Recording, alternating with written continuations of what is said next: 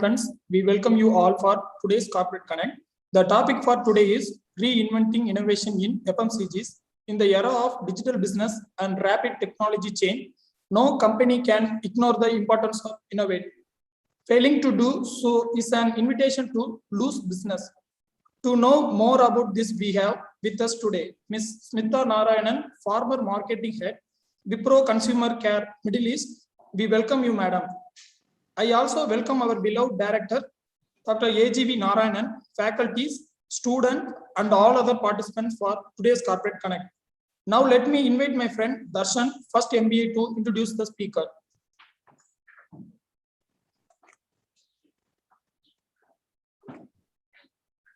Good morning all. It's my privilege to introduce today's speaker, Ms. Smitha Narayanan, former marketing head, Wipro Consumer Care Middle East.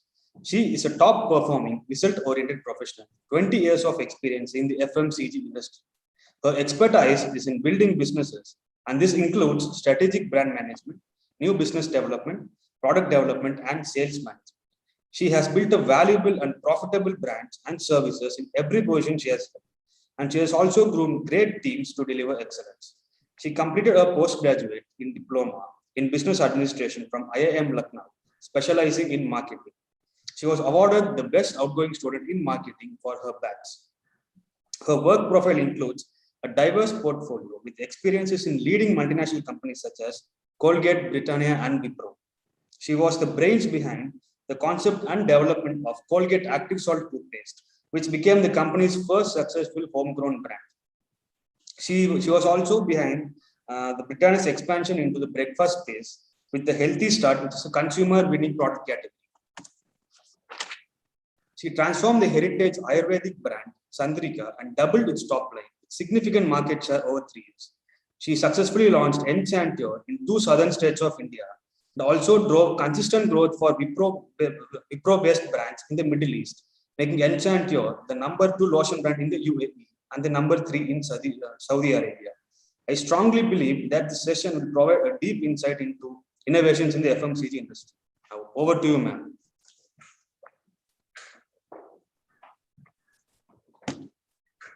Good morning, everyone. Thank you, Dr. Narayanan, for inviting me. I think this is one way for me to keep renovating myself, speaking with young people like this. So it's a great pleasure to meet all of you. We will get into the session in a minute. I just want to say I love participation. So I hope your students will ask me a lot of questions, not only questions, but also share their thoughts on what we have to present today. And another thing I want to say is we are trying to decode a 400-year industry, and 30 minutes is not enough for that. So I have put in some relevant examples, but if any of you have any points or any questions or something, you can always reach out to me on this. So shall we start? I'll just share a presentation. One second. Yes, ma'am, you have the access. Yeah.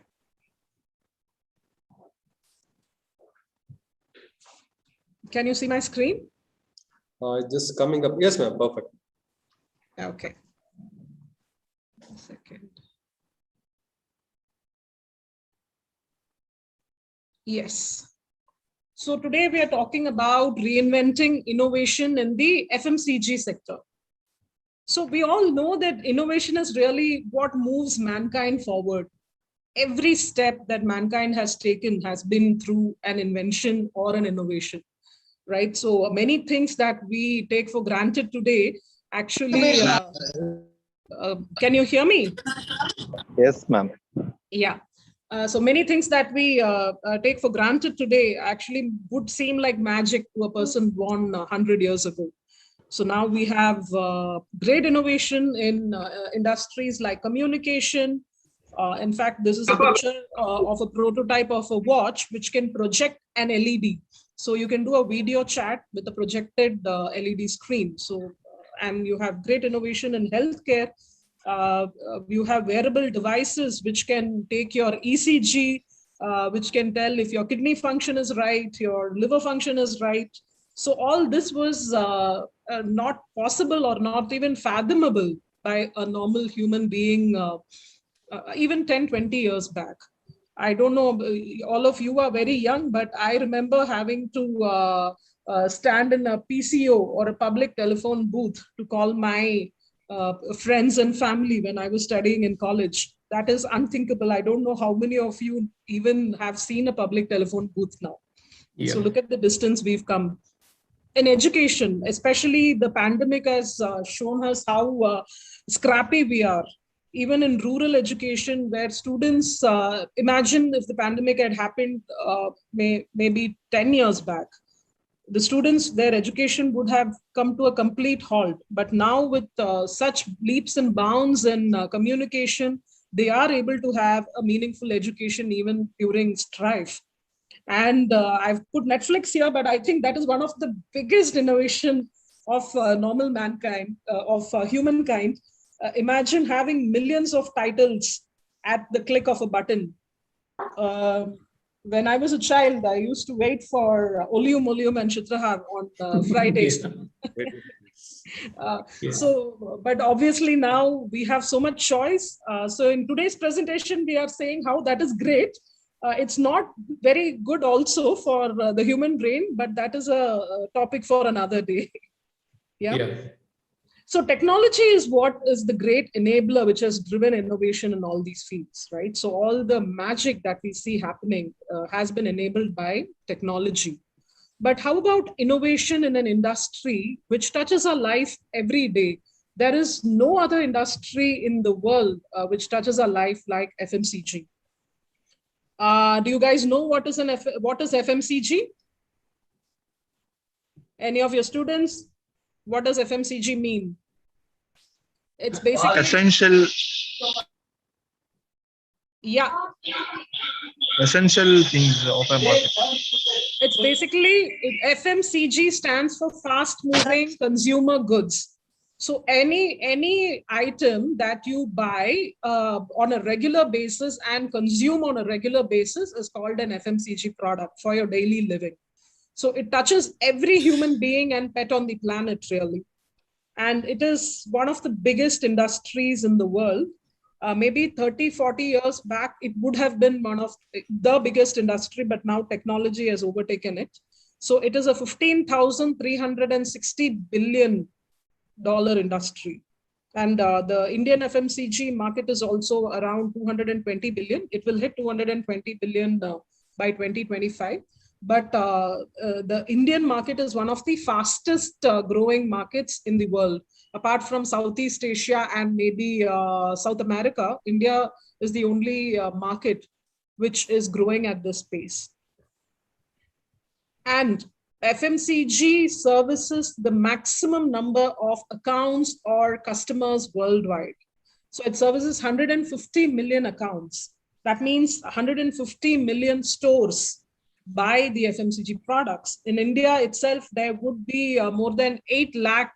8 lakh was the last count I had, which was over 4 years back. 8 lakh stores stock FMCG products. It is stable and resilient to economic slowdown. All of you know when the pandemic hit, industries like every industry, right?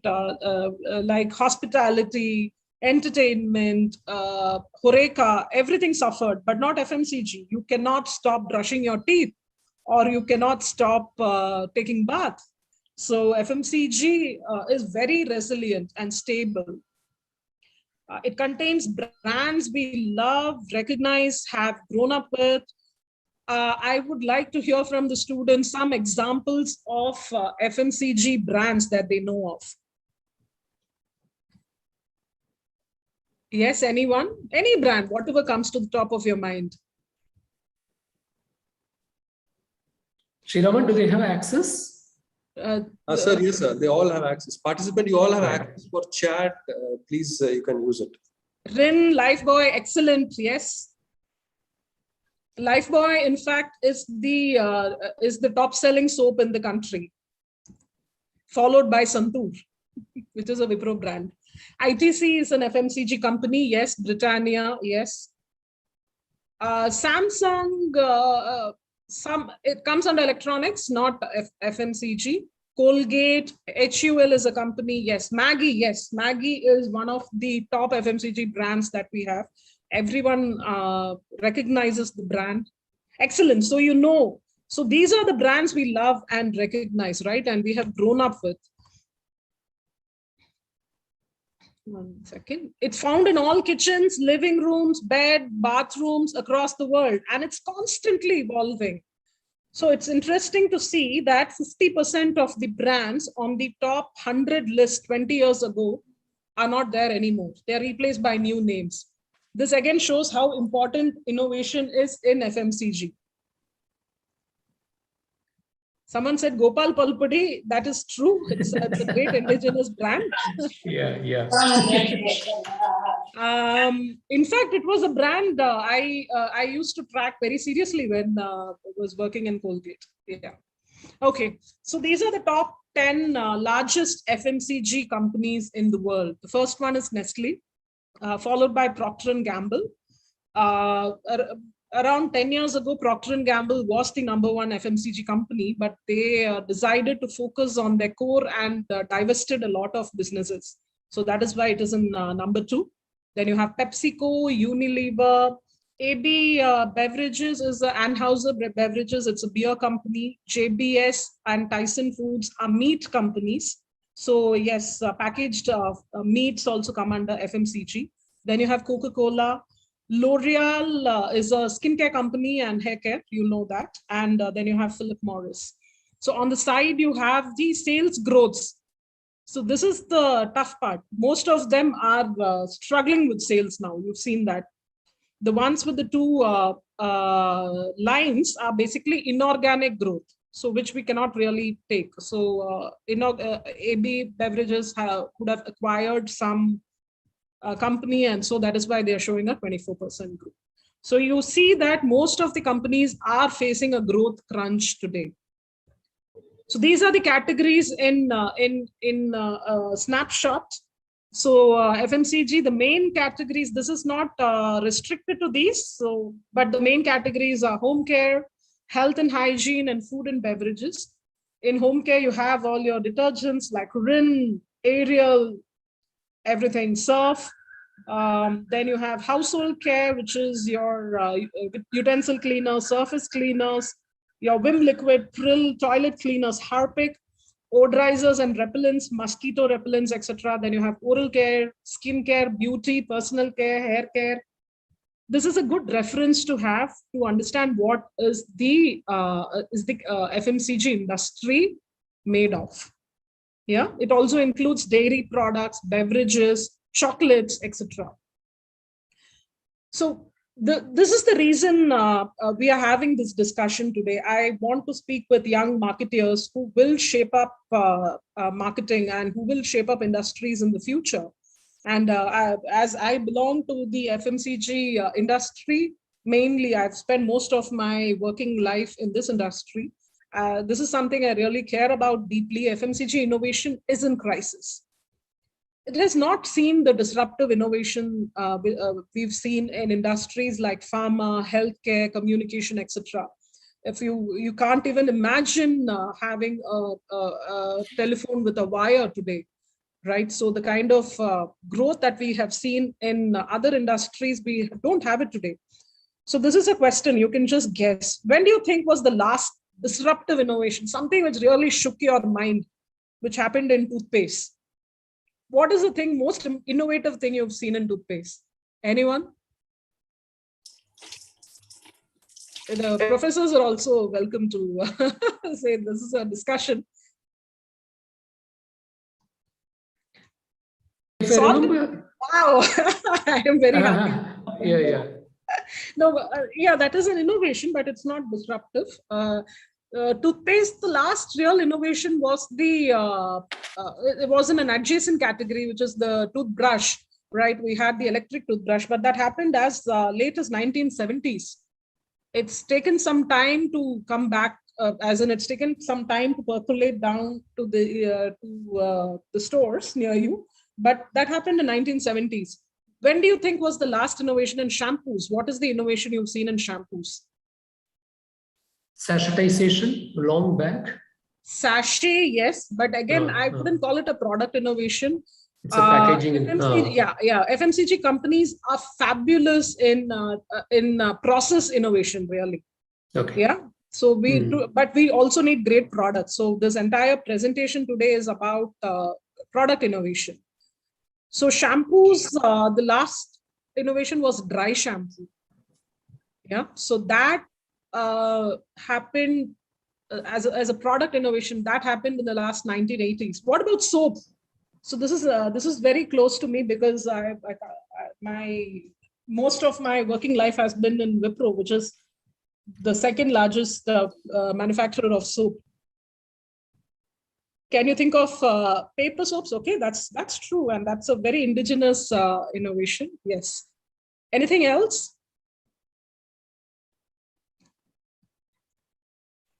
So I launched as in transparent soaps. Transparent soaps. You would think that is an innovation, but let me tell you, glycerin soaps have been around from early 1900s. And maybe you would think of liquid soaps, but the patent for liquid soap happened in 1875. So it's really we are great at process innovation, making it making upping capacity, upping supply, reaching out to new consumers. We are great in advertising, but we have struggled with innovation. Right? Innovation is very difficult for well-established companies. So by and large, they can execute really well, but there is no game-changing creativity that is happening. A lot of optimization happens in their existing business. Yeah. Someone said handmade soap. Actually, soaps used to be handmade. So we moved to machine made. Handmade soap is a nice marketing gimmick, which even I have used to sell Chandrika. But in the early 19th century, soap used to be handmade, actually. So the reason for this is that companies invest less than 5% on R&D, yeah, and as high as 40% on advertising and promotion. Though as a marketer, advertising and promotion is absolutely important to keep your brand alive and engaged, but 5% on R&D is not enough. But why is that? Because only less than 1% of innovations become blockbuster successes. So the rate of failure is extremely high, and big companies don't want to take that risk. But like you say, there is no reward without risk. So if you see this is the percentage spent on R&D by top companies. I've just compared tech companies with consumer companies. Like Amazon spends 13% on R&D. Google spends 15%. Oracle is 16%. Microsoft is 14%. Compared to the top companies in consumer goods, it's less than 2%. Right? And that is not enough. No one is energized to invent or something or innovate something with only 2% of resources behind. So this is something that needs to change in order for us to have great innovation in an industry which touches us all the time. Yeah. Smitha, what is the dry shampoo? Which is the brand? Dry shampoo, L'Oreal has dry shampoo. In fact, a lot of cross-pollination has happened. There are a lot of dry shampoos, foam-based dry shampoos for pets. Okay. Right? Yeah. And most hair care brands have dry shampoos, but that's in the global arena. I haven't seen that so much in India. Okay. What is the concept? Dry shampoo concept? What is it? So it is an aerosol format, which you can spray onto your hand. It comes like a foam, and you can just apply it on your hair. Right? And it gets immediately evaporated. So then you will the benefits that you look from a shampoo is really that you want to get rid of your scalp oiliness and the bad smell, right? And have some conditioning effect. So this foam gives all three. So if you don't have the time to take bath, you can do this. Was it launched in India, Smitha? I've seen pet brands for dry shampoos. Not for the human. For human beings, yeah. Okay. There are a lot of dry shampoos for pets. Oh, right. Please. Yeah. So now a little bit of a marketing lesson. I'm sure you would have learned this or will learn this in future. These are typically the types of innovation which happens not only in FMCG, but in any consumer good industry. So one thing, I will get into examples of each of these in the coming slides. The first thing is line extensions. So you extend your existing product with similar benefits, right? Like, for example, say your product is a potato chip. So then you extend it with salt, with masala, with salt and vinegar, sweet American, whatever, sour and sweet cream, and get into all of this. So that is line extensions. Yeah. So why do you do this? You renew the core value proposition. Now your core value proposition is that you are a tasty snack. So if you have so many variants, then you are renewing your core value proposition and strengthening it. And you give additional product choices to consumer. Okay, so basically you extend existing brands into categories with new product formats, flavors, packs, or sizes. Okay. Like, for example, if you have a bar soap and you are extending it into a liquid format, that is also a line extension. Though now people even consider that to be an expansion, but that's really a line extension because your core proposition is the same. So this is typically low investment. The impact on your sale is the smallest and timeline is less than 12 months. This is what brand managers always fall back to, because you have to show what you've done for the brand, and the easiest thing to do is this line extension. So this is what normally comes as innovation, right? So interestingly, all the innovations you guys mentioned here, small onion in shampoo and all that is a line extension. So that is what we have been trained to look as innovation. The second thing is expansion. So you're innovating with new products in current categories, consumers or occasion. So you have your consumer who buys your product and you are asking him to spend more on your brand by creating another product which is adjacent to this. Okay, so here you're creating, the objective is to create competitive advantage with meaningful product differentiation. Okay, so here you're launching a new product under the existing brand to serve consumers differently and more effectively. Any examples?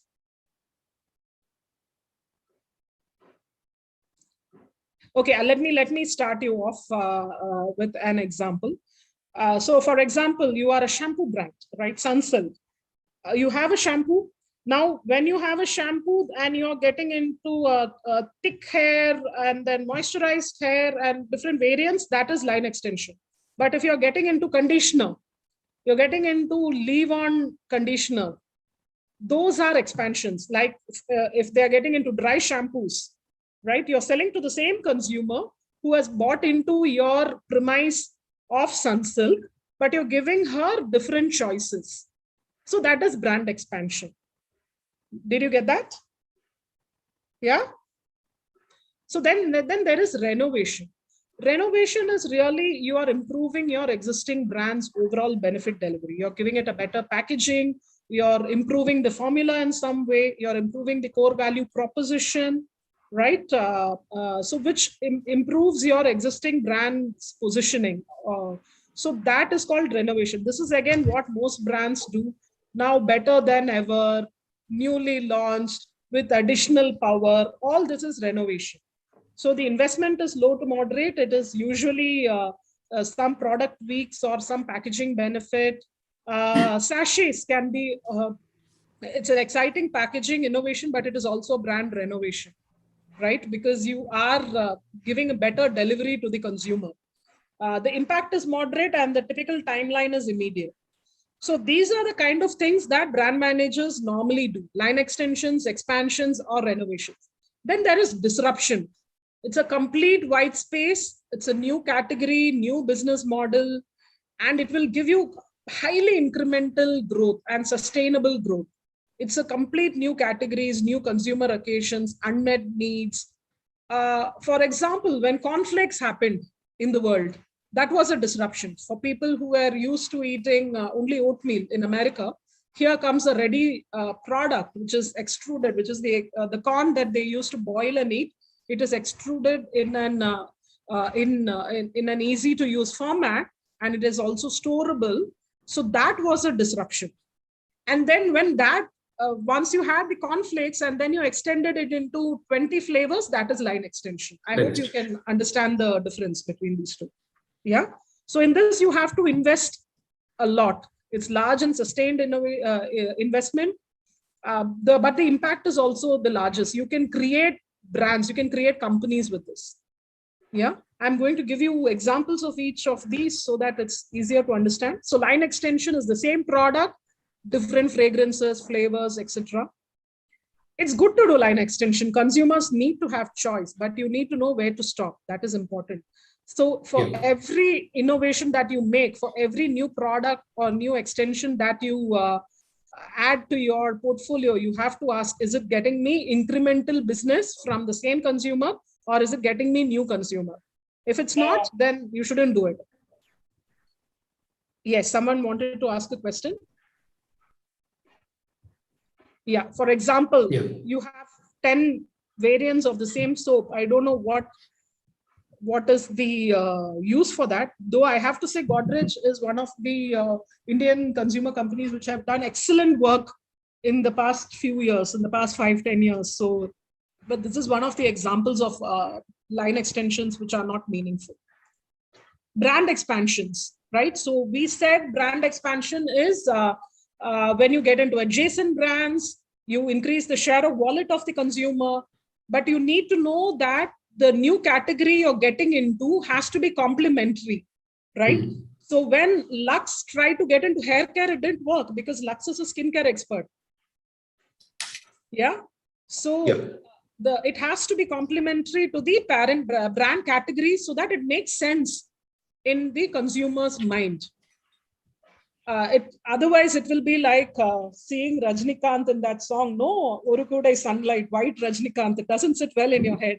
So that's not something you expect Rajnikant to do, right? So defining and staying true to the core is very important. For example, Gillette. All of you know the brand Gillette? Yeah. Right? The Gillette was launched as a men's safety razor brand. Okay, so that's the core proposition. So then they expanded into women's razors. Again, excellent expansion. You have your Gillette, Venus, and all that added significant business to their brand. Then they got into aftershave lotion, toiletries, etc. They also did geographic expansion, so which is a second level adjacencies. All these were successful. But did you know Gillette had pens? They had bought over Parker pen. Gillette had watches, right? Gillette also invested in oil and gas and drugs. All these were unrelated. Finally, they put in a lot of money. The company would have thought that it's a quick buck, it is a surefire win, but it never worked because it wasn't true to the core of the brand, which is Gillette. So you need to know what is a successful expansion, and the chance of success increases when you stay true to your parent brand category. Yeah. Any other examples that you guys can think of? I would love to hear that. Okay, so renovation is absolutely important to keep your brand relevant. So if there is a positioning error, or if you want to keep your brand young, you need to keep contemporizing it. You have to keep consumers engaged, bring in new consumers into the brand fold. I think Lux is a great example of constant brand renovation. Lux soap. Okay, so it has always been what is it? It's the beauty secret of film stars. Though none of these film stars, I don't know how many of them will be using Lux, but they have been consistent with their positioning, right? And they've constantly innovated with the fragrance, the soap shape, the moisturizing. Lux is a 100-year-old brand. How many of us know that, right? It is still fresh in our mind. We don't think when we use Lux, we don't think that we are using a fuddy-duddy old brand. So that is a great example of how marketing has helped in keeping the brand relevant and contemporary. One of the renovations that I have personally worked on is Chandrika soap. How many of you know Chandrika? Someone said handmade soap, I'm sure, so people know the brand. So it is the world's first Ayurvedic soap brand. But people thought it was a fuddy-duddy brand. Like people weren't proud to use Chandrika soap. So they came into the brand only when they had a skin problem. So we completely worked on the brand renovation. We corrected the positioning of the brand. So the brand positioning was Ayurvedic beauty soap, but people were using it for a problem solution. So we corrected it and said that this is an Ayurvedic soap which can give you great skin by correcting your skin problems. So we talked about acne, we talked about clear skin, and the reason to believe was the ingredients in it. And this changed the fortunes of the brand. It also and we also started a marketing campaign. I don't know how many of you remember this ad. It was Amala Paul, who was the protagonist. She is saying, my friend recommended it to me. Then that friend says, someone else recommended it to me. So, and we kept on a high blitz campaign for the brand, right? So so when you see so many people recommending Chandrika, you think that, okay, it's a contemporary brand. And so youngsters were also willing to try the brand and were willing to be proud of the brand. So that is brand renovation, and it is very, very important for any brand. Yeah. But what renovation is not, now even better in an all new packaging, you see a lot of this, right? Whiter than white, 3 times more power. All that is, I don't know, how does a consumer sit and compute how much power washing liquid has? Okay, so now these are the things that typically happen, and I want to talk to you about disruptive innovation. Disruptive innovation creates a market where none exists. It converts non-consumers into consumers, right? Or it provides a significantly different, easier solution to an existing problem. All of these brands, Uber, Amazon, Google, Netflix, etc., are all disruptive innovations, have created new new markets. Like before Google Maps happened, how did you get from one place to another? It's like the friendly neighborhood uncle. You will ask, uncle, I have to get this place. Where will I go? Right? So it created a completely new market.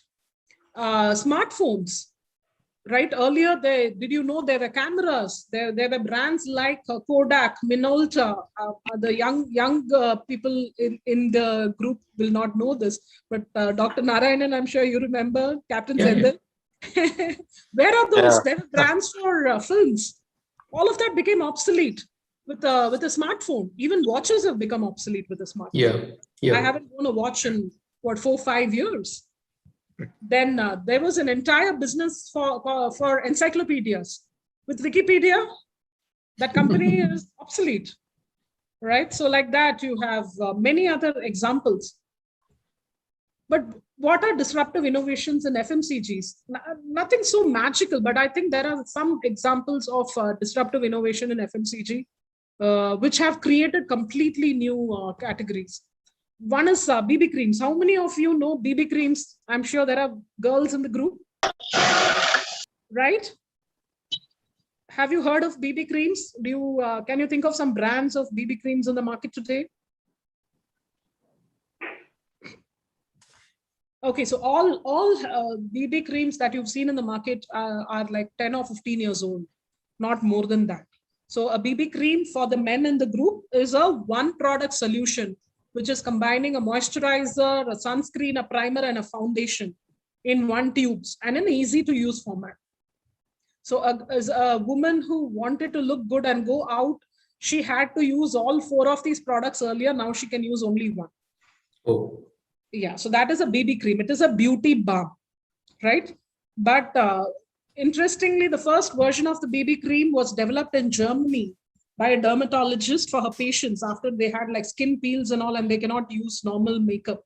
So she made a blemish balm, which also took care of your skin, right? But this was in the 1960s. It languished as a niche product, but it was later picked up and developed by Korean beauty brands in the early 2000s. Now, you guys should know that Korea is the pioneer in skincare and beauty industry in the world, right? So all great innovation comes out of South Korea, not North Korea. It comes out of South Korea. Like K-pop, another big trend they have given to the world is beauty. They have introduced new products where none existed. There are products called micellar water, which cleanses your skin. I want the girls to speak up, right? And they have a 7-step skin priming regimen for which they sell different products. So Koreans are at the top edge of innovation in beauty. So the BB creams or beauty balms stormed the global market in the mid-2010s, and it is one of the biggest segment in beauty skincare industry. So only in 10 years, this category contributes to more than 13% of the beauty or skincare category. So that is disruptive innovation, right? And it also brought in a lot of other new consumers, someone who wanted that instant brightness in a moisturizing cream, but they never want to wear a foundation or a primer or anything. It's valued at 5 billion turnover globally with a CAGR of 14%. CAGR is compounded annual growth rate, 14%. Right? If you remember some slides back, we saw that most companies are struggling to give 2% growth. So 14% in a category is fabulous. And all beauty and cosmetic giants have significant operations. So the next category I want to talk about is insect repellents. Right? So all of us, we live, especially after coming to Coimbatore, I realized how mosquitoes can ruin your life. So this is a great category where a lot of constant innovation has kept on happening. The earliest insect repellents were nets, right? So then you had outdoor coils. How many of you remember a brand called Tortoise? Tortoise. Right. So that is what I was using when I was a child. Then we moved over to mats. That was also something. Good night mats. When I was young, we used that. Then you have liquids, you have room sprays, you have personal creams and sprays. You also have sprays for your clothes, fabric sprays for insect repellents right now. So this is a category where we've seen a lot of constant innovation. Yeah.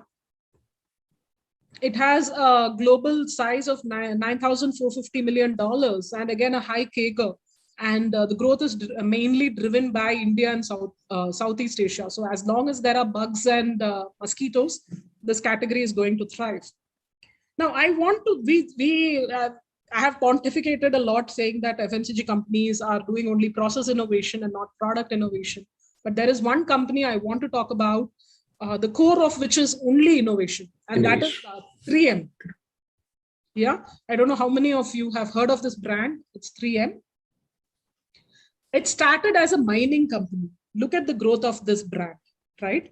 It started as a mining company, and now it is known for Post-its, Scotch-Brite, Scotch-Guard, all your tapes, car wax, so many things, acne patches. There is no rhyme or reason for its portfolio. So now you can ask me, you just said that you need to be true to your core. We gave the example of Gillette, right? So how has 3M been successful? 3M is one of the most successful companies in the world. They have 34 billion in sales, and they are present in 200 countries, right? And they are innovation leaders, and they have a lot of recognizable brands. So what is the core of this company where the category doesn't matter? So they have defined the core of the company as disruptive innovation. So they became famous. The first thing they became famous was for making a sandpaper, which when you use does not cover you with dust, as in the sand doesn't fly off. So they came up with an innovation called wet dry sandpaper, right? So now earlier when someone used to have sandpaper, the sand used to come off the paper. So the core of the brand is how you innovate. They have a 15% innovation clause, so which says that any person working in 3M can use 15% of your time not working on the brand. Yeah. that you are. You can work on any other brand. You can work on technology. You can work on some other completely this. If I'm the brand custodian for Scotch Brite, I can also see how robos work, or how, if I'm interested in that, right? Or how you make a beauty cream, if I'm interested in that. And if you can make a significant contribution, no one will ask you. That doesn't happen in any other company. Yeah. So the root of 3M success, it's its business model, which is to foster organic innovation and inventions. So they are in categories including adhesives, abrasives, laminates, car wax, medical products, optical films, and somehow the entire company is homogeneous because the core of the company is innovation, right? It's a company that I really admire. And these disruptive technologies have given us great products. Now you can't think of organizing yourself without Post-its. But again, that has become obsolete now with your smartphone. But still, it's a great product. Yeah. And the Quick Wax, they innovated this entire thing of a car wax. Now you have so many brands in that. But if you want your car to have an immediate sheen, car wax is a great product. So cutting edge disruptive innovations. So this is what the FMCG sector wants. We have to reinvent innovation. It is not line extension. It is not another flavor of a potato chip. It is something else, right? So why innovate? It's a changing world. Innovation is the key to not only thrive, but also to survive. You have to constantly innovate. This is the life lesson. You have to constantly keep your mind young. You can't do the same thing over and over again. So this was the list of the world's most valuable brands in 2000, right? Can someone read it out for me quickly? Any student, I want to hear a student's voice. Any student can read it out. It's a changing world. Innovation is the key to not only thrive, but to survive. The world's most valuable brands, 2000. Coca-Cola, brand values 70. No, just read the brand name. Just read the brand name. Coca-Cola, Microsoft, IBM, Intel, Nokia, General Electric, Ford, and Disney, McDonald's, AT&T, Marlboro, Mercedes, Hewlett-Packard, Cisco system. Yes. So I want someone else to read out the world's most valuable brands in 2020.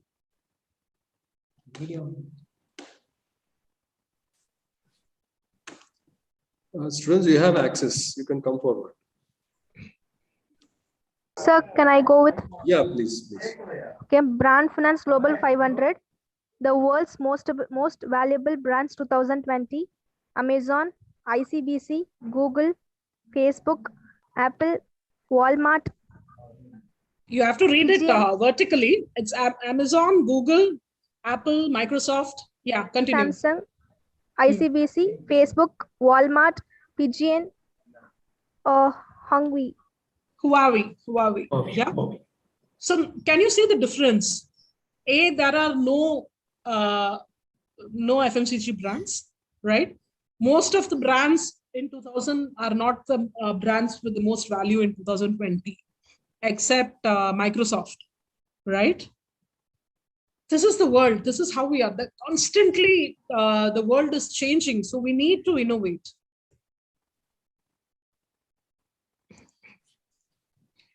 So some few rules for disruptive innovation. The first thing is that product is always king. So we talked about digital, the boy who introduced me talked about the world of digitization and how in this world, FMCG has to constantly innovate. Yes, definitely, it has to do that. But we also need product innovation. FMCG is based on great products, right? And the strength of a brand lies in the strength and relevance of the products. So we need more BB creams. Maybe we need a new hair color without PPDA. So that would be a disruptive innovation, right? clever communication, gimmicks, these can never replace a revolutionary product.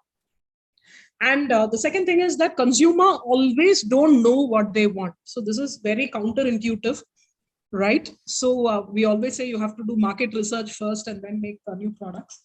So you can do market research to validate new products, but you don't go and ask the consumer for what new product you want. You can ask the consumer what is it that they want differently in their life? What is it that they want differently in the current product? How would they like to consume noodles better? How would they like to wear makeup better? You can look at the insights into consumer behavior, but we shouldn't look for new product ideas from consumer. That has to come from trained minds like us, right? So that is very, very important. So you get to have insights from consumer behavior, and then you see what are the trends and create new products. So Henry Ford very famously once said, when he launched the car, he said that if I had asked a consumer what he wants, he would have said, I want a faster horse, right? Because we can't fathom what technology can bring us. So we need to use market research to understand need gaps and to validate new products. So the ideas have to come from us. And invest in technology for enhanced consumer connect. This is where digitization is very, very important. Now, every brand does digital marketing. So it's a checkbox as part of its traditional marketing strategy, but that is not enough. The consumer is completely different from what I was. Today's consumer is very different from what I was, from what my mother was. The consumer today is younger. She is more aware, more digitally savvy. And how this affects brands? She is not brand loyal. So today she can try Lux soap. Tomorrow she will move to Santur if it tells her a better story. She needs more personalized communication. For 10 ads during Sun TV soaps is not enough anymore. Increased competition. E-commerce has changed the game in the market. Like on Amazon, your top selling product can be a obscure brand. What will you say if I told you that Chandrika was in the top 5 selling soaps in Amazon US? Right, US is the heart of FMCG innovation, right? They have all the soap brands in the world. An obscure brand like Chandrika can travel from India and become the top 5 soap brands in the US because of a compelling story, right? Smaller niche players from all over the world is competing for your consumer now. So earlier you used to have turf wars between Coca-Cola and Pepsi. Coca-Cola people will come and take out Pepsi crates, put in Coca-Cola crates. Things like that doesn't happen. The competition is the world. It is not the next biggest corporate rival anymore, right? The supply chain has become very, very complex. Seasonality and sales spikes online complicates supply chain. So if a consumer is only ordering one soap, also you have to deliver it, right? And when they have Black Friday sale, Wednesday sales and all, the spikes go up. So how will you ensure, how do you say that, okay, I will have 10 trucks. So on Monday, Tuesday, the trucks will stand empty. On Wednesday, all the 10 trucks will need to be deployed. That cannot happen. So you need to innovate in supply chain. You have to invest in technology. So now there are new technologies like blockchain, which all of you should research and understand what it is. And there is AI, again, research about AI. Artificial intelligence, which is used to gauge consumer behavior also, and also improve the connectivity with the consumer. So you stay abreast of these new technologies, which is changing the way we do business. So this is important. Product is king. Invest in great products. Don't look at consumers to tell you what the great product is, and invest in technology. So that is the end of my presentation. I'd like to leave you with, inspire you with something which seemed like magic to me. And so this is the kind of innovation that we need to be looking for in the FMCG sector. This is a 2.5-minute video. I hope you can see it.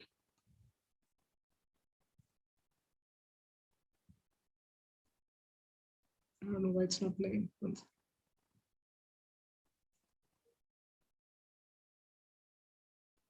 Can you see it?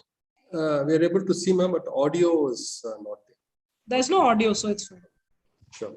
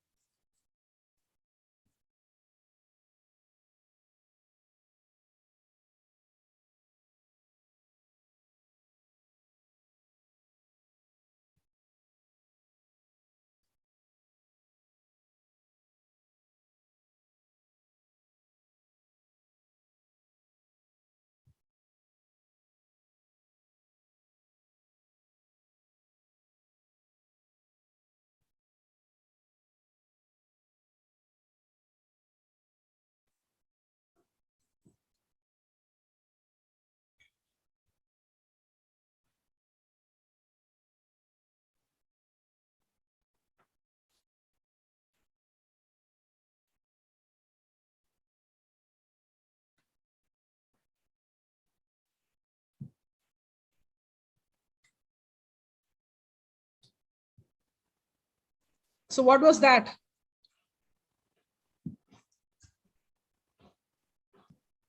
It was a flying car, which will be reality in the next 10 years. Actually, that car has had 174 landings, and it will be commercialized pretty soon. So then you can see you can just fly somewhere, and then you can land, and you can just go to work. So this flying cars and all were part of our sci-fi movies 20 years back, right? So even that is a reality today, right? So we have to keep innovating. I hope as future marketeers, you guys, all the students will keep innovating. You will keep creating magic. Yeah. Thank you for your time. It was a pleasure speaking with all of you. You can ask me questions if you have. Thank you, Smitha. Quite interesting. Smitha, I do have a couple of questions to begin with.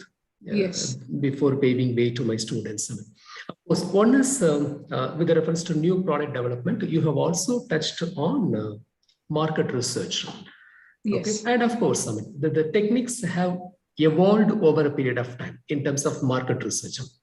Consumer behavior is no longer a black box. You can easily get into the minds of the people, and you can understand the insights through various techniques. So that is how the techniques with reference to market research have evolved.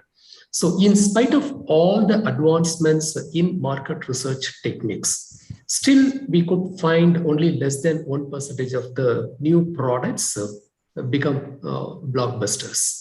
The rest fail in the market. Around 98% of the new products, they fail in the market. Probably that is also one of the reasons or a dampener why FMCGs are not showing great innovations or disruptive innovations. May I know why is it happening? In spite of advancements in MR techniques, still new product development are not or is not successful. So like I said, the new products need to be based on strong consumer insights on their behavior, right? Typically consumers either shortchange the market research process, the NPD funnel, they shortchange that. They will do a quick check on the concept, they will do a quick check on the product and launch it without doing sales estimations and things and all, which give you a fair idea whether the product will be successful.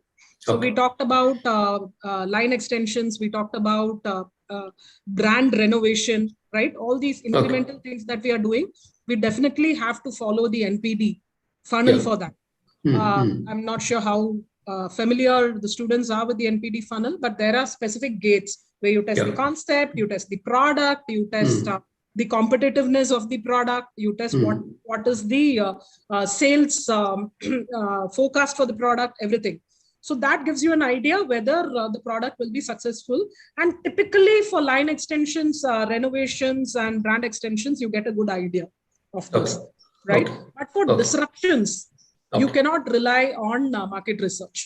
That has to come through having a year on trends, right? And seeing what is the technological development happening in the world, cross-pollination of ideas. You see what is happening in one category, which you think might work in your category as well. So those kind of disruptive innovation cannot come from standard market research. That is what I wanted to say. But for the others, typically, if you follow the NPD funnel, your chance of success is high, which you should do. My second question with reference to Indian market, with a specific Indian market. Generally, there is an allegation that marketers resort to brand extension because they are poor in building a brand. Is it so? Building a new brand. It's not that. See, it is not because they are poor. It is because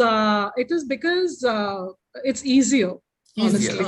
It is easier. You need to show something for your brand calendar, right? And typically it's corporatization. Like you have a brand manager who works on a brand for 2 years, right? And he or she needs to show some success. But most disruptive, this thing again, a disruptive innovation needs to come from R&D, where you're investing only less than 2%. Correct? So it is easier. So when the marketing person sits, she thinks that, okay, I have this, I can create a new ad, I can create 2 new flavors, and that is going to, and she has a top line delivery. So it is easier. So we get sucked into that circle of life. That is the reason. But so disruptive innovation needs to come from the top. You need to have a hothouse for only innovation in most companies. It's like P&G, I think, is a great example, right? P&G is a global conglomerate, but they do a lot of things like that. If you can't do it in-house, they do something called Connect and Innovate, where they connect with top leading R&D labs across the world to drive innovation. They put in money behind it. They hold competitions for people in these fields and also their employees to come up with great ideas which will revolutionize the world. So they use rewards and recognitions to do that. So it needs to come from the top. Like thinking that a poor brand manager alone can do this is this. But the thing is, the company also needs to have that mentality. Like Colgate Active Salt was a poor brand manager's idea, which was mine, but the company put their weight behind it, right? And so it is something which has added significant value to it. So it needs to come from a different corporate mindset. You need to invest in R&D.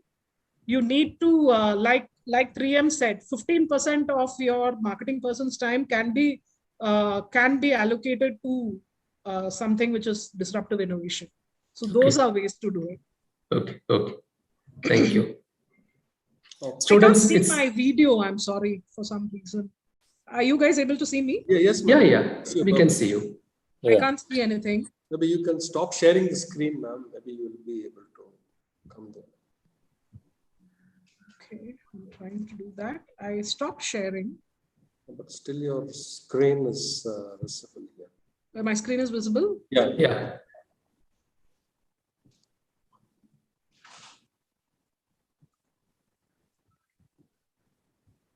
How do I stop sharing? Let me just a moment, ma'am. Let me just. Yeah. It's okay. Yes. Perfect. Can you see yourself now? Yes, I can. I can see all of you. Okay. Yes. Rajat Raghu. Yes, Rajat, you can ask a question. Participants, you can raise your hand. We will call you. Yes, Rajat.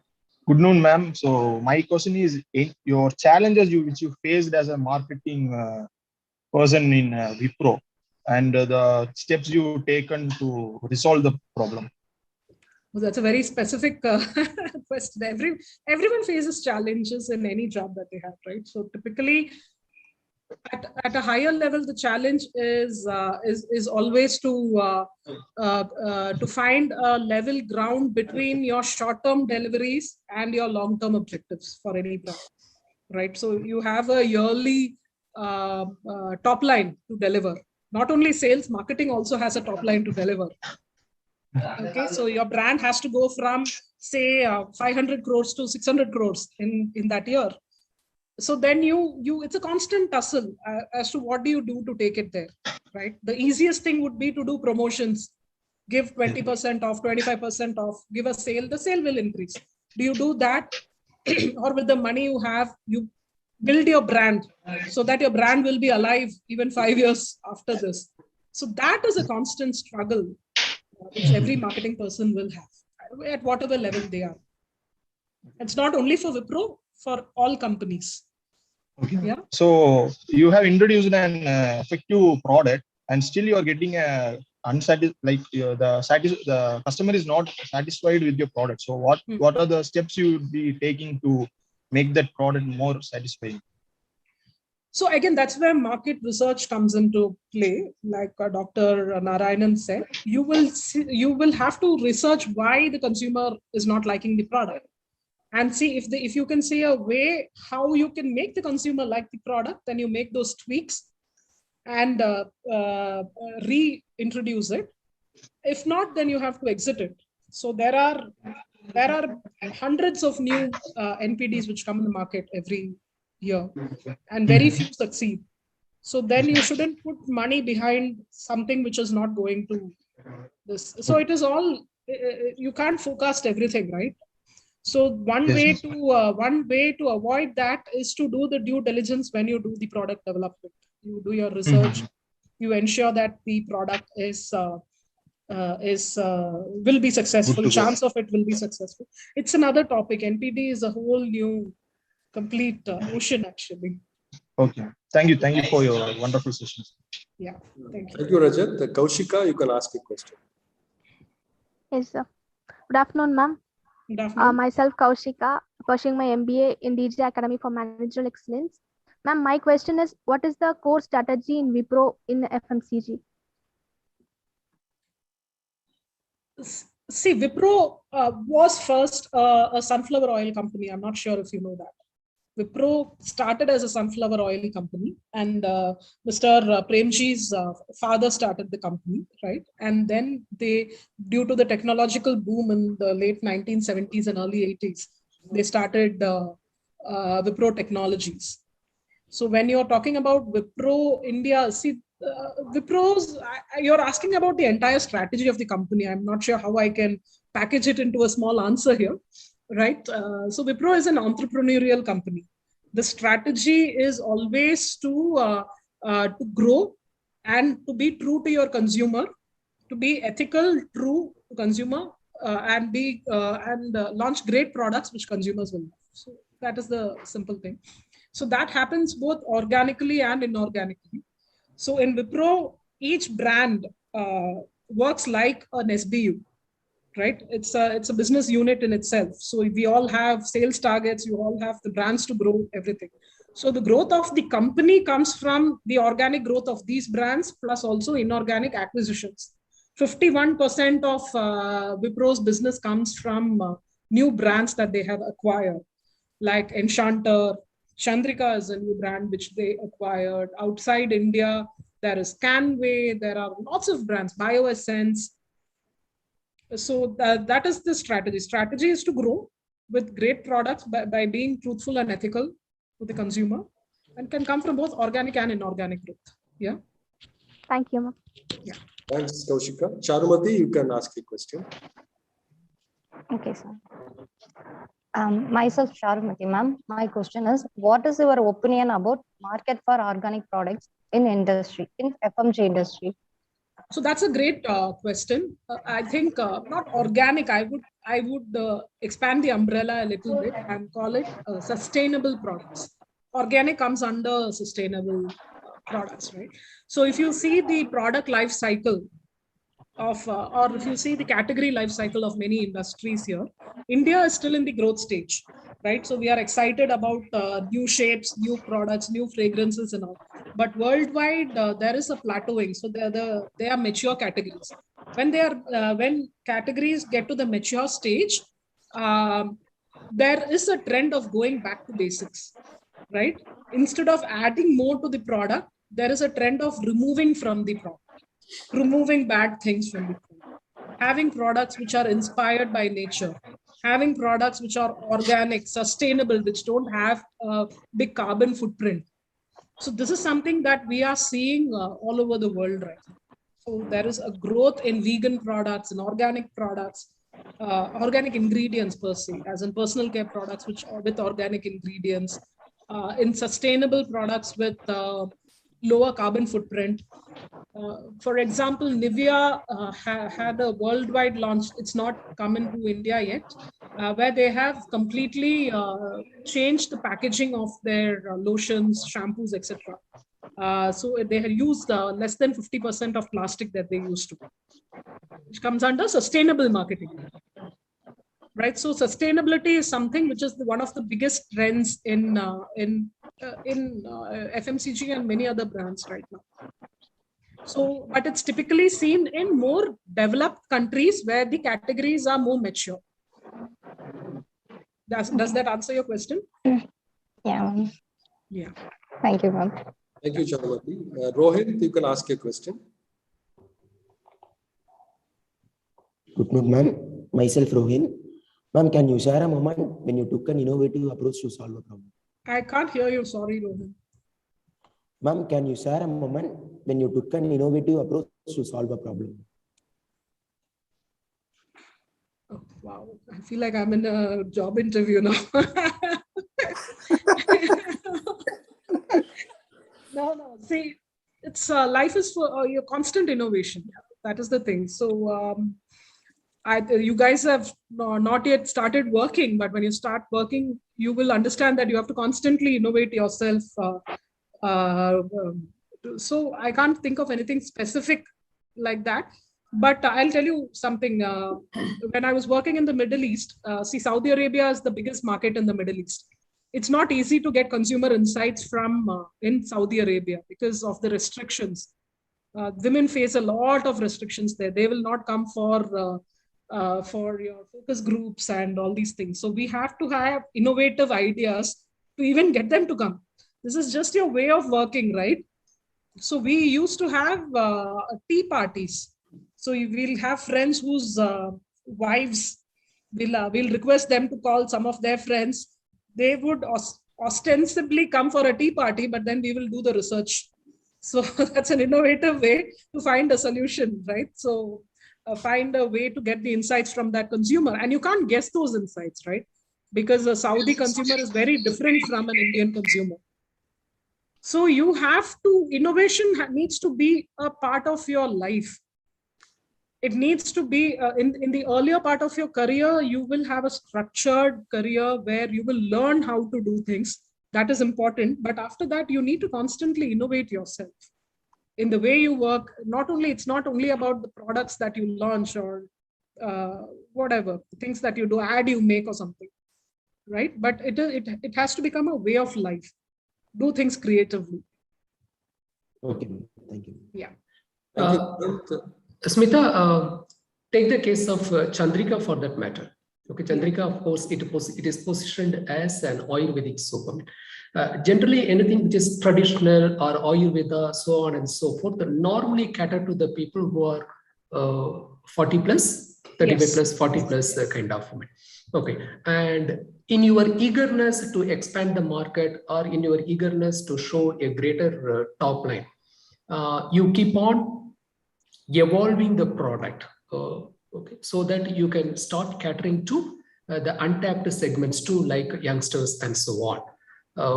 So what will happen in that process? I mean, what about the people who have reposed confidence in you because your core value was Ayurvedic? That's a great question. Again, it's a large thing. I will try to make it a little succinct. You are true, right? Like so the brand attractiveness or the brand aura was missing in Chandrika because people thought it was a fuddy-duddy brand.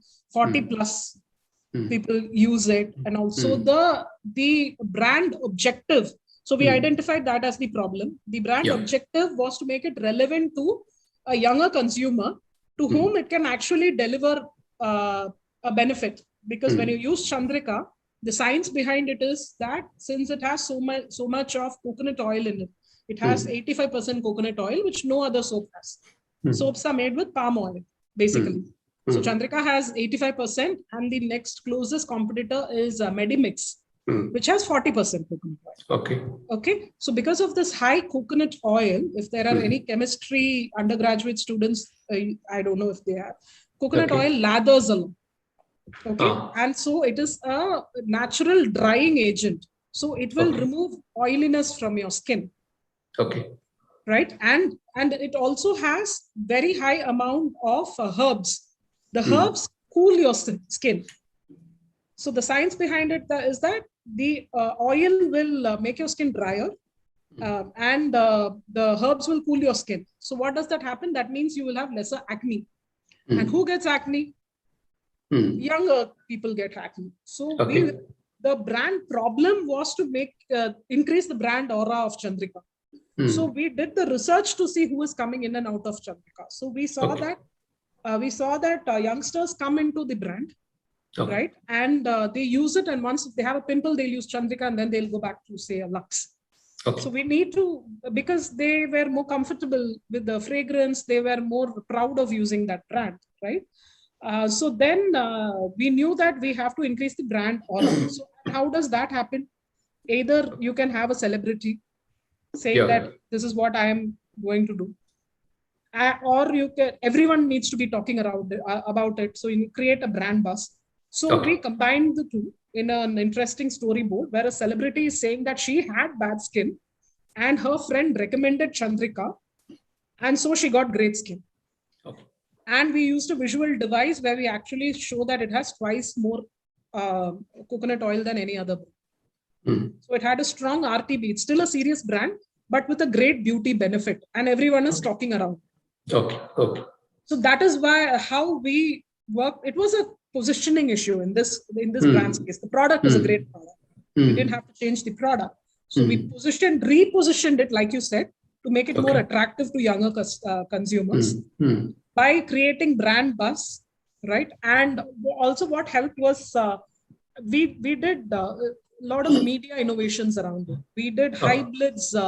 Typically, I don't know, these are all very big topics. Typically, media bursts are standard across the months. Or when you have money, you put in some media bursts. That is how it works. We didn't do that. We mapped how much media you have to do. What is the best edit which works? We did 10-second edits, 20-second edits with the key communication, and we did high bursts of it during purchase cycles or 1 week before purchase cycle. So usually when a media campaign is 2 months, it's a typical 2-month linear scale. We changed it into high bursts during the purchase cycle, right? And high bursts during summers. So we changed that everywhere. So when you switch on the TV at the same moment, we also did media blocking. Yeah. So when you do media timeline blocking at the same time across channels, you will have the same ad. So when you change channel, you will see the same ad. Carpet bombing, we call it. Carpet bombing is when you see it across different devices, different media. So this was a timeline blocking. So we said TV is the best medium for this, and we did this.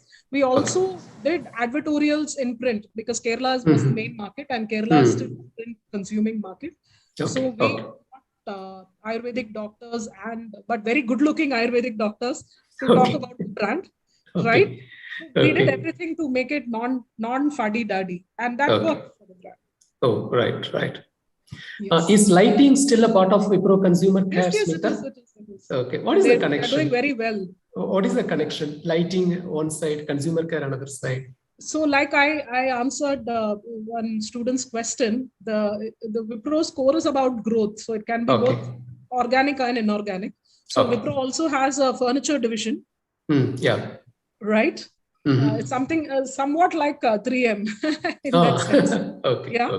We also have a medical products wing as well. So it's quite interesting. Wipro is in fact the number 2 player in office chairs in the country. Okay. Yes, thank you. These are inorganic acquisitions, basically. Okay. Ma'am, we have few more questions. Shall we take on, ma'am? Yeah, it's okay. Yeah. Pranesh, you can ask a question. Yes, sir. Thank you. Good afternoon, ma'am. I'm Pranesh, currently pursuing first year MBA in DJ Academy for Managerial Excellence. First of all, I want to thank you for spending your time for us. It was a great session, ma'am. Thank you. Welcome. It's my pleasure. Now, my question is, how do you drive innovation in your company? That's what I said in the entire presentation. Some strategies, can you specify some strategies? And can you specify some strategies? So let me paraphrase what we were talking about. So you keep your brand alive with line extensions, brand renovation, and brand extensions, and invest in R&D for disruptive brand innovations. And so that is how you keep innovation alive in your company. And when you do that, you invest. When you're doing disruptive innovation, you look at what are the trends, look to consumers for trends and need gaps in their life, and make a great, fantastic, kick-ass product and support it with technology. Yeah. Okay. Yes. Okay. Thank you, ma'am. Thank you, Pranesh. Mr. Vijay Kumar, you can ask a question. Please introduce yourself and ask a question. Okay. Good afternoon, myself, Vijay Kumar, research scholar from Kerala Agriculture University. First of all, I would like to congratulate ma'am for your nice presentation. My question is regarding the FMCG companies, the challenges faced by them while they innovate in rural market. That's a great question. Again, rural market has problems or like challenges at 2 levels. One thing is the consumer connect, right? So a person sitting in a boardroom in Mumbai or Bangalore doesn't really understand what the rural consumer wants. So there is a distinct gap in understanding the rural consumer. The second issue is more operational. When you have the rural consumer sits at the bottom of your consumer pyramid, so it is difficult to reach them, right? They have lesser consuming power, right? So they have lesser purchasing power, but the number of people is high. So it's a big chunk of the bottom of the pyramid. So if you convert a significant number of rural consumers, you can create significant business. So these are the 2 challenges. For the first one, understanding the consumer, you have to do market research only. You need to live the life of them. So when I was a young brand manager in Colgate and all, we used to do consumer immersions. So I have lived in Barabanki in Uttar Pradesh. You wake up with them, you understand how they go about their job, what do they use, what do they not use, everything, so that you can empathize with them. You can understand what are the need gaps, how you can bring better products into their life. So that is the thing. In terms of operational, I think many Indian companies are great in that. There are no companies like Indian FMCG companies which have this kind of distribution network, right? So our typical sales networks, we have this concept of wholesalers. You have wholesalers, mini wholesalers, then you have your smaller shopkeepers, which is not there in many parts of the world. So the products percolate down to these shops. So then you talk about the purchasing power. Then there are things like creating LUPs, low unit price point products you create, like sachets, which Dr. Narayanan talked about, right? So you give them the same product in a smaller pack size. Give them the same product at a smaller purchase point So you have to work on pricing, you have to work on your portfolio, you have to work on your distribution and your consumer insights. These are all challenges when it comes to the rural consumer. So, but many brands, many consumer companies in India have done that successfully, especially Hindustan Lever, right? So you you still you find a Fair and Lovely even in Barabanki, honestly. Yeah. So that is the strength of the brand. That's right. Yeah. Yeah, thank you. I hope I answered your question, Mr. Vijay Kumar. Okay, yeah, ma'am. One more doubt I have. So, Yeah. ma'am, if you go to UAE or other countries, we find it very difficult to find Indian products, FMCG. Yeah. So when we compare to the foreign competitors, in what way? Because my friends are working outside. My friends used to say we never used to find any advertisement, any products in their supermarkets or in other places. But when we come to India concern, we used to see many foreign products. So what way there should be some changes should be taken place? The ecosystem is different actually. If you see UAE or Saudi Arabia, or it is 90% modern trade, right? In India, modern trade is 10%. So in UAE, one of the main gatekeepers of any brand in your store is actually your retail partner. If it is Lulu or if it's Panda or if it is whoever, Carrefour or something. So, and there are very high entry fees into that. So when you list a product, listing fees are very high, like $50,000 or something. Local brands, small brands can't afford it. It's a simple thing of being affordable and profitable, right? So that is why you don't see so many foreign brands like that. So typically there is consolidation in foreign companies because the cost of doing business in those countries are very high. The listing is very high. They have a mirror system, like a Lulu will have a mirror system to an FMCG company there. So they will have a brand manager, they will have a category manager who will look at marketing different categories, right? So listing is high, visibility in store is high. And the other thing is the media choices. Like it's a very fragmented media. For in India, in some sense, it's easier to do one-to-many communication because television is still the biggest media in India, right? So television still reaches out to 80-90% of the population. But in Middle East, it's as less as 40%, 30-40%. And even that, because the indigenous population is only 10%, that 40% is split into so many languages, so many nationalities. It's not easy to reach out to a consumer in the UAE or for that matter, any Middle Eastern country or something. In the other part of your question is how you can easily find a foreign brand in India. It's our distribution ecosystem is different. Here you have 8 lakh small business owners, right? And you distribute through a stockist, a sub-stockist, a wholesaler, and a retailer. So you can push down products, which is not possible in a developed economy. Where you have to really pay a lot of money to get into the retail shelf space. Finally, it's all about profit, Mr. Vijay Kumar. Does that answer your question? Thank you, ma'am. Thank you. Thank you, Mr. Vijay. Pricey, you can ask your question.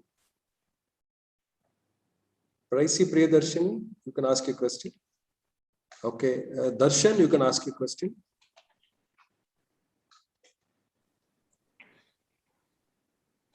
Good afternoon, ma'am. Myself Darshan, first year MBA student, DJME.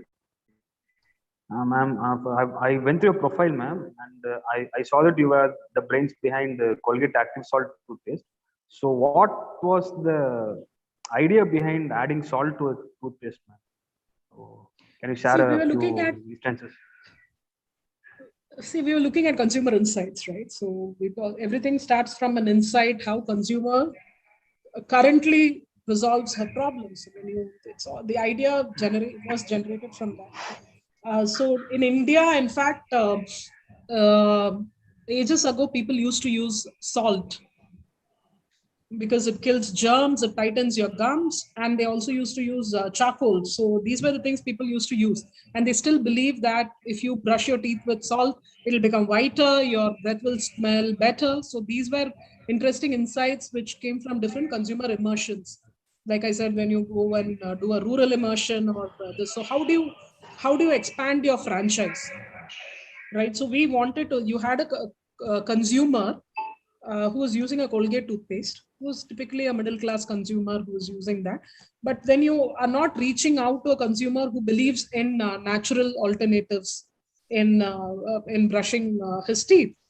So we thought this was an interesting approach to do that. In fact, what is interesting is that Colgate spent years trying to change the consumer behavior of consumers to stop using salt, stop using charcoal, and start using an alien taste profile in your mouth. They were successful in it also. But then, see, that's what everyone has to innovate, right? So now they are talking about charcoal toothpaste with Shakti, active salt.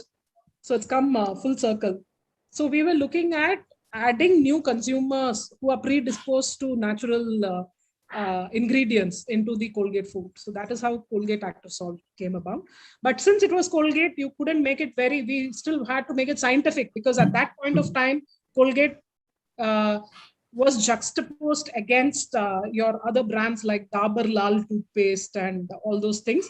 Those were the fuddy-duddy Ayurvedic toothpaste. So we were the scientific alternatives. All Colgate ads, you will see a doctor in a white coat, right? To increase the brand trust. So that's why we called it Active Salt. And to create excitement, we did that, all those things about does your toothpaste have salt in it? And all those things. So everything starts from good research, good insights. You understand what the consumer wants, what she is predisposed to. You create your own idea. The consumer will not come and tell you that I need so much salt, I need it in this stripe and all these things. That you have to create. And then you go and test it back, whether it's acceptable or not. Smitha, how about the communication for Colgate Active Salt? Somebody barging into, somebody coming out of the fridge all of a sudden and asking you, "Unga toothpaste la uppu irukka?" Did it go well? I didn't enjoy that commercial. Did it go disruptive. well? It was disruptive, and people remember it. Okay. Because salt and toothpaste is disruptive at that point of time. Right? So the advertising also needed to do that. We needed to create a differentiation. Okay. So that is why we did that. I think it was very successful. Okay, but the Colgate tooth powder was the one who talked against using charcoal and salt. That's what I said. One of the old ads is one guy was doing. That's right. That is the irony.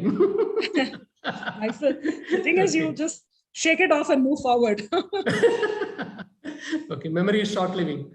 Consumers' memory. Absolutely. But the good thing is that the company has not stuck to the old things. They have constantly innovated. Which is the good thing about it. And that's why it's a great company. Right. Okay. Ma'am, there's a question in the chat by Mahalingam. There is a retail war between companies like Reliance and DMart. So how it is going to impact our country's economy? The more number of players, it's better, because finally the Indian FMCG, if you're looking at it as a distributor ecosystem, it is saturated, right? The Indian retail distribution network reaches at least 90% of the consumers. So this will only induce brand switching. It's not creating new consumers, right? And it might increase consumption, because you typically buy more products and large formats from supermarkets than your retail store. You will buy, if you buy a 100-gram pack from your near neighbor's retail store, if you see an offer, you will buy 500 grams in a supermarket, right? So in terms of this, I don't see the pie enlarging, but it can increase consumption. It is not bringing in any new consumers into the fold, because our Indian retail ecosystem is very robust in that manner. It will reduce profitability for FMCG companies, right? Because it is typically the more number of modern trade players, they have higher bargaining power. I was just talking about the examples in UAE. So manufacturers are forced to give bigger discounts. Yeah, so that is there. And how it is going to impact economy, consumption impacts economy. There are many things which impact GDP. So I will leave that to the economics professors to it. But increased consumption improves, or increased spending improves economy in some. I don't see how it will have a significant impact, but these are the things which will happen. So more brand switching will happen between Reliance and DMart and stuff like that. It will be less profitable for FMCG companies to service bigger players versus smaller players. Yes. Yes, I could recall my pharmaceutical sales days, ma'am. We used to meet gynecologists in Ranbaxy to promote a brand called Conviron, an eye capsule. I could see reps from GSK. They used to come and meet the doctor to promote Horlicks. Today, Horlicks is totally different phase. It's a brilliant case study. Horlicks is a brilliant case study, actually. Yes. On how they've renovated the brand. Yeah. Yes. There are no more questions, ma'am. Sir, there are no more questions. Shall we wrap? Yeah, we can wrap it up. Thanks, ma'am. Indeed, it was a wonderful and enriching session. Definitely, our students have taken a lot of insights from your session. Thanks for that. Now, let me call Gokul, first MBA, to give the formal vote of thanks. Thanks for having me. Yeah, welcome, ma'am. Gokul, yes.